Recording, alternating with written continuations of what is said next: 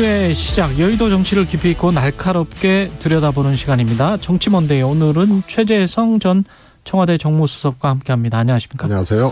예, 윤석열 대통령이 나토 정상회의 참석차 유럽 순방, 한일 정상회담에 했고요. 우크라이나 방문 등 뭐 여러 일정을 소화를 했습니다. 전반적으로 어떤 점을 좀 눈여겨 보셨습니까? 한 세 가지 정도가 예, 보이는데요. 하나는 방류 승인. 예, 한일 정상회담에서 방류를 승인했다. 방류 승인이죠. 이게 그 정부는 꼭 방류를 승인한 게 아니다. 그 기정사실한 게 아니다. 이렇게 지금 주장하고 있습니다. 방류를 전제로 네. 후속 조치 과정에서 모니터링 해달라 세 가지 요구를 했지 않습니까? 그렇죠. 기시다 총리한테. 예.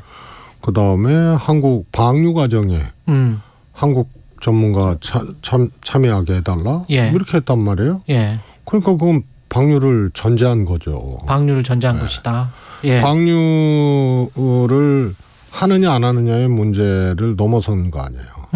그래서 방류 승인이다. 예. 그다음에 우크라이나는 사실 제가 보기에는 좀 무리한 방문, 괜한 방문. 괜한 방문했다. 예. 우선은 뭐 러시아와의 우리 관계나 뭐 이런 것을 차치하고라도 가서 사즉생 생즉사 예. 정신으로 연대해야 된다고 얘기를 했단 말이에요. 예. 근데 그건 뭐 아시다시피 이순신 장군이 그렇죠. 하신 말씀이고 임난 때 예. 우리가 직접 침략을 당하고 그 과정에서 우리가 이순신 장군이 그런 자세로 그런 정신으로 해야 된다라고 난중일기에 적은 거란 말이에요. 그럼요. 예. 그런데 러시아와 우크라이나 전쟁에 그런 말씀을 쓰는 것이 맞냐.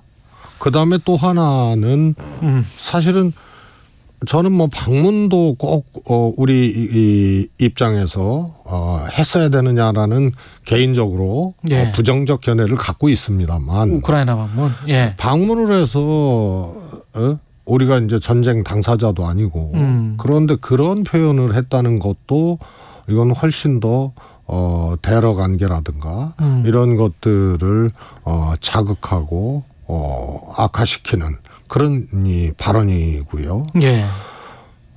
그래서 그것은 뭐 이치에도 안 닿는 표현을 하셨고 방문했더라도 꼭 그런 표현을 했어야 되느냐. 예. 그러면 결국은 우리가 살상무기 직접 지원이라든가 뭐 이런 미국의 요구라든가 이런 것에 그 스텝까지 가는 거 아니냐. 이런 이제 걱정도 하게 된단 말이에요. 전쟁이 언제 어떻게 끝날지도 모르는 상황에서. 그렇습니다. 예. 그다음에 가서 또 전후 복구 얘기를 또 했단 말이에요. 그래서 예. 그거는 그거는 너무 이렇게 국내 홍보용으로 대통령께서 그거를 간주한 것이 아니냐 방문을. 그래서 전쟁 중인 나라에 가서 전후 복구 얘기하고 66조까지 발표를 해버리고. 예. 그러니까 민간인 피해 당하고 전쟁 치르고 그 속에서 고통받고 있는 우크라이나 사람들에게 좋은 메시지가 아니죠. 그래서 이것은 뭐 왕복 27시간이나 걸려서 이 방문을 했다고 하지만 굉장히 이 소득이 없고 네. 오히려 여러 가지 좀 실책을 한 그런 방문이 아니냐 이런 생각이고요. 근데 이 자유가치 동맹이나 뭐 이런 거 뭐 러시아와의 관계도 걱정하시는 분들 있습니다만은 2천조 원의 뭐 복구 사업 같은 경우도 이렇게 전쟁이 끝나고 나서 우크라이나가 그 전에 전쟁 전에 한 3,000달러 수준이었단 말이죠. GDP가. 네. 그렇죠. 그런 거를 생각을 한다면 그 돈이나 이런 것들이 실리적으로 봤을 때도 우리가 아마 무상차관이나 이런 거를 제공해야 되는 가능성도 열어놔야 될 것 같긴 합니다만은. 뭐 예. 유무상 다 이제 뭐 자유가치 동맹이기 해당이 때문에. 되겠죠. 예. 네. 그 다음에 이제 유상 지원도 사실은 기준이 뚜렷하거든요. 그래서 그거는 일종의 이제 차관이란 말이에요. 그렇죠. 예. 그래서 무상은 두말할 것 없고 유상도 예를 들어서 회수가 안 되는 국가들이 있어요. 예. 뭐 우크라이나도 이제 그럴 가능성이 크죠. 그래서 저런 것이 뭐 그런 걸 떠나서 예. 전쟁 중인 나라에서 실리를 논한다는 게 뭐 이렇게 또 이 경제적인 이득을 강조를 하는 이런 것들이 맞느냐. 이런 국내 점이죠. 홍보용 아니냐. 세 가지가 그다음에 보였다고 하나는 말씀하시던데 명품 마지막 폭탄이죠. 명품 폭탄. 예. 예. 국민들은 물폭탄 맞고 있는데 예. 김건희 여사는 명품 폭탄을 맞았죠. 그래서 호객행위로 갔다고 해명한 것이 이제 더 가관이죠. 예. 그런 해명 자체가. 그럼 호객행위로 가서 명품을 그 뭐 보도에 의하면은 이제 꽤 산 걸로 그렇게 나오는데 5곳 정도를 들린 걸로. 그래서 그 명품 매장에서 오히려 자기네들 서비스나 또 노력의 성과로 그렇게 또 얘기를 했다는 거 아니에요? 대통령실은 산 게 없다라고 지금 그래서 주장을 샀으면은요, 호객당에서 샀으면은 호갱이죠. 그럼 우리 호갱 영부인이 국민을 완전히 호구 취급한 거죠. 근데 들어올 때 대통령실에 청와대에도 계셨으니까 들어올 때 만약에 그 세관에 신고는 합니까? 이거 안 하죠. 신고 안 합니까? 일반 사람 뭐 보통 가면은 이제 예. 외교 행랑이라는 게 있으니까. 외교 행랑이면은 괜찮은 거군요. 그렇습니다. 예. 그게 뭘 샀는지 대통령실에서 이야기를 만약에 안 한다면 국민들은 알 길은 없는 거네요. 알 길이 없는 거죠. 그렇군요. 예. 한국갤럽이 지금 지난 11일, 13일 자체 조사한 결과 보면 대통령 지지율이 전주보다 6%포인트 하락했습니다. 플러스 마이너스 3.1%포인트니까 그 오차범위 내긴 하지만 그럼에도 불구하고 낙폭은 굉장히 큽니다. 이건 어떻게 해석해야 될까요?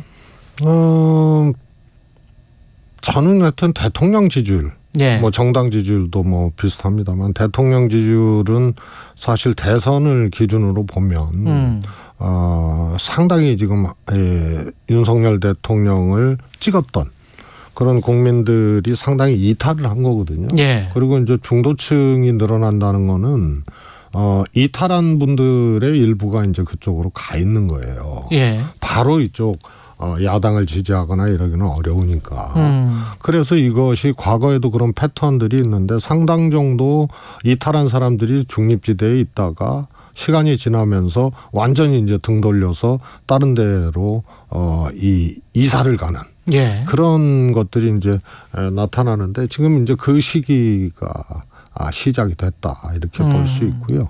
30% 중반대가 콘크리트 같지만 예. 그건 가파른 진영 대결 속에서 그렇게 보이지만 대선 때는 투표한 사람들 기준으로 득표율을 따지잖아요. 예.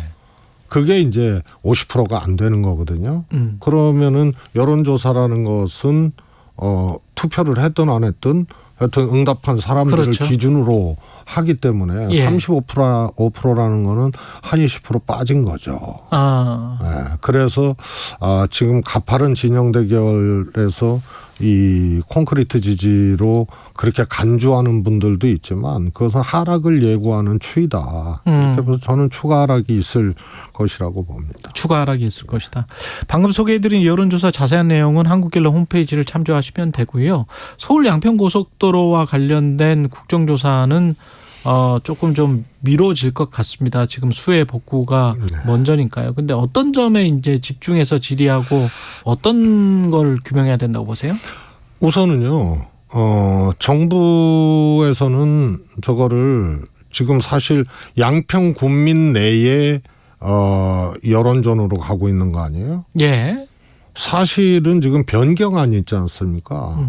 그쪽에 이해관계를 갖고 있는 예. 군민들이 조금 더 수적으로 많아요. 강상면 쪽에 이제 양평읍이 있기 때문에. 예. 그런데 이거는 군도가 아니잖아요. 고속도로 국비 100% 국비로 그렇죠. 하는 거거든요. 예. 그래서 포인트를 민주당도 이거를 잘 잡아야 돼요. 뭐냐면은 이것은 수도권 광역교통망. 그다음에 다른 이제 고속도로하고 연결의 이제 연계성 이런 것들을 전반적으로 보면서 했던 거기 때문에 군도가 아니에요. 이건 군도로가. 예. 그래서 양평 군민의 숫자가 강상면이 더 맞느냐, 뭐 양서면이 더 맞느냐 하는 것은 사실 선호도가 어느 쪽이 맞냐는 거는 중요하지가 않은 거예요. 그래서 이 연계성이라든가 수도권 교통망의 효율성이라든가 이런 것을 전반적으로 보면서 이 100% 국비로 하는 거기 때문에요. 그래서 그런데 이것을 지금 그런 여론전으로 가거든요. 저는 아마도 이거 여론조사하자 혹은 이제 양평 국민들의 뜻에 따라하자 이렇게 나올 가능성이 커요. 국민의힘이 그러면 군비로 해야죠.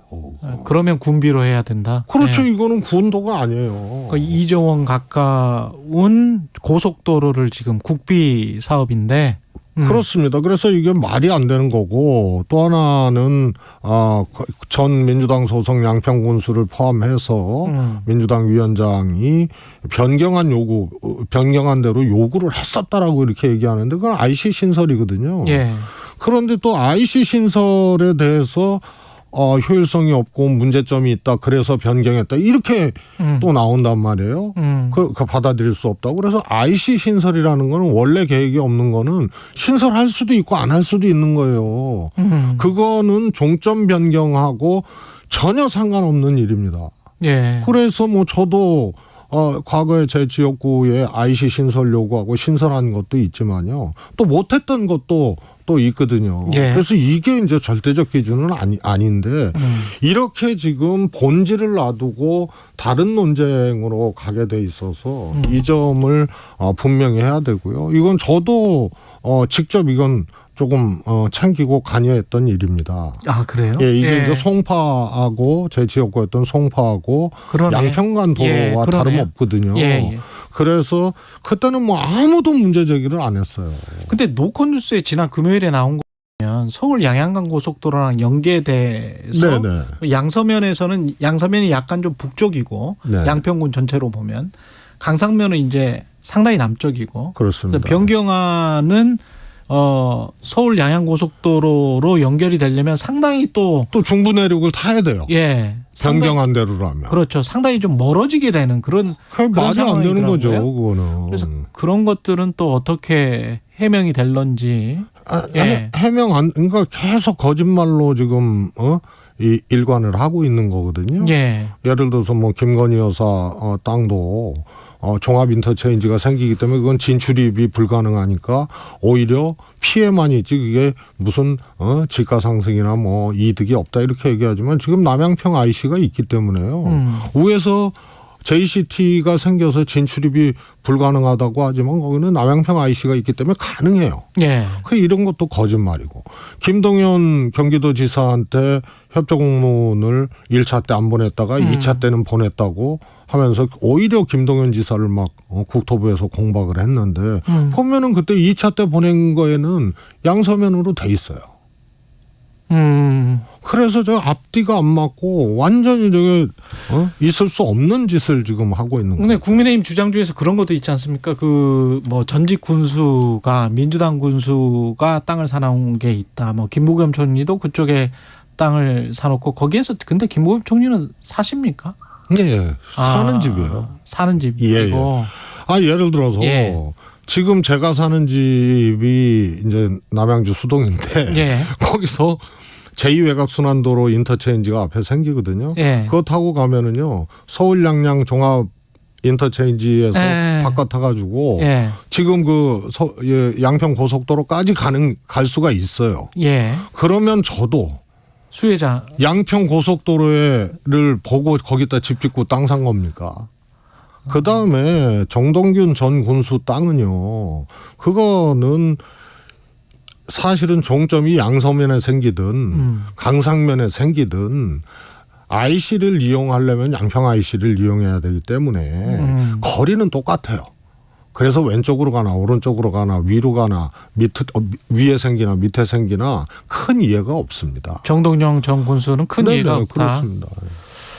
알겠습니다. 그 민주당 이슈로 좀 넘어가 봐야 될 것 같은데 이재명 이낙연 전 대표 회동은 있을 예정이었는데 호우로 취소는 됐습니다만 그 이게 호우로 취소된 건지 아니면 다른 이유도 있다라는 뭐 그런 가십성 뭐 또 있고 그렇던데. 그건 이제 자꾸 그렇게 이제 추측들을 추측들이 하고 하는데요. 네. 뭐 저도 조금 이렇게 확인을 해봤습니다만 예. 이거는 이견 없이 발표를 이렇게 했잖아요. 막걸리 만찬이거든요. 예. 발표를. 예. 그런데 이렇게 막 이 호우가 나고 이런 상황에서 전현직 대표가 만나서 저녁에 막걸리를 네. 마신다. 그래서 이견 없이 이건 아니다. 이렇게 고 뭐라 그럴까요? 이낙연 대표, 이재명 대표의 요거를 조율하는 양쪽 측근들이 뭐 얘기하자면은 이제 김영진, 윤영찬 의원이죠. 그래서 이견 없이 이건 이런 이제 뭐 물폭탄 이런 호우 와중에 막걸리 만찬은 아닌 것 같다 해서 일단은 밀어놓은 예. 이런 것이 이제 팩트고요. 예. 그것에 대해서는 뭐 호사가들이나 얘기를 하는 것이 그렇군요. 예. 그리고 이제 바로 또 만남이 이제 추진이 되는 거 아니에요? 지지자들 사이에 앙금이 아직도 남아 있습니까? 어떻게 보세요? 아니 뭐 그렇다고 봐야죠. 지지자들 사이에는 뭐 앙금이 남아 있다. 예. 그거는 근데 그거를 두 사람이 만나서 잘 달랠 수가 있나요? 저는 원래 이제 강성 지지층이나 소위 팬덤 이걸 가지고 정치인들이 너무하다. 그래서 지지층하고 결별해라. 뭐 이렇게 요구하는 것도 웃긴 거고요. 그 지지층에 올라타서 그 지지층만을 위한 정치를 하는 것도 사실은 부족한 거죠. 강성 지지층을 이용만 하는 것도 부족하고. 그래서 예. 어느 때나 언제나 팬덤들은 있었고요. 또 지지층 사이에 이런 뭐라 그럴까요? 감정, 앙금, 또 이렇게 논란 이런 것들은 이명박 박근혜 대통령 예. 지지층도 그랬고 친박친이 예전에 뭐 노무현 대통령과 이제 정동영 그다음에 정동영 뭐 또 이 지지자들과 또 뭐 유시민 지지자들 뭐 이게 다 그런 것들이 있었어요. 그래서 그게 정치를 하는 직접적인 결정의 주체들이 아니잖아요. 그건 정치인들이거든요. 예. 그것 때문에 정치 못하겠다. 저걸 제거해야 된다. 결별해라. 이게 뭐 민주당의 뭐 하여튼 큰 해악이다. 이렇게 얘기하는 것도 스스로를 부정하는 거죠. 정치인들이. 그다음에 거기에 올라타서 그것만을 위한 정치도 무책임한 거고요. 예. 그래서 이게 저는 두 대표가 만나서 뭐 해소하려고 뭘 해도 되지도 않을 거고 해소하려고 뭔가를 지지층 간의 이런 앙금이나 이런 거 해소하려고 뭔가를 하는 것 자체도 저는 우스운 일이라고 봐요. 일단 만남 자체가 성사되면 그 다음부터 자연스럽게 풀리든지 아니면 구조적으로 어떻게 할 수 없는 부분들은 그대로 놔둘 수밖에 없다. 아니 그 뭐 지지층들이 자기 정치적 의사 표현을 그렇게 하고 그것이 불법적인 것이 아닌 한은 그것은 뭐 늘상 있을 수 있는 일이고. 근데 그게 좀 더 가서 뭐 이상민 의원처럼 무슨 유쾌한 결별, 분당 뭐 이런 것까지 발전할 수도 있는 상황입니다. 이상민 의원이 조금 이렇게 조금 너무 나간 얘기를 한 거고요. 너무 나간 이야기입니다. 그렇게 피해 의식을 느끼는 거. 이것 자체가 저는 정치의 이제 주체잖아요. 그리고 당으로 따지면 당 운영에 이제 어떻게 보면은 결정권자들이거든요. 그런 국회의원이 팬덤 때문에 못 하겠다. 그래서 뭐 유쾌한 결별을 각오해야 된다. 뭐 이런 거는 아니라고 보고요. 이상민 의원도 그 뭐 지지층 문제 때문에 유쾌한 결별 얘기를 한 거는 아니고요. 그래서 오히려 두 대표가 만나시면 전현직 대표가 만나시면 오히려 조금 더 큰 차원의 얘기들이 있을 수 있어요. 하나는 이재명 대표 입장에서는 윤석열 정부의 이런 폭주, 이런 국정 운영의 난맥, 또 뭐 퇴행하고 있는 뭐 여러 가지 민주주의나 이런 거, 이런 것에 함께 연대해서 싸우자. 함께하자. 이런 것이 현직 당대표로서는 이낙연 대표하고 함께 해야 된다는 요구를 할 수 있는 부분이고. 이낙연 대표는 이미 뭐 조금 언급을 하셨지만 당혁신 또 당의 이제 민주주의 이런 것을 더 진전을 시켜야 된다. 예. 혹시 퇴행하고 있는 것이 아닌가. 그래서 혁신과 민주주의를 또 얘기를 할 수가 있죠. 예. 이런 차원에서 두 분이 만나셔서 그런 각각의 어떤 요구와 생각들을 가지고 저는 충분히 공감대를 이룰 수 있다고 봐요. 알겠습니다. 여기까지 듣겠습니다. 최재성 전 청와대 정무수석이었습니다. 고맙습니다. 감사합니다. 최경영의 최강시사는 여러분과 함께합니다. 짧은 문자 50원, 긴 문자 100원이 드는 샵 9730. 어플 콩과 유튜브는 무료로 참여하실 수 있습니다.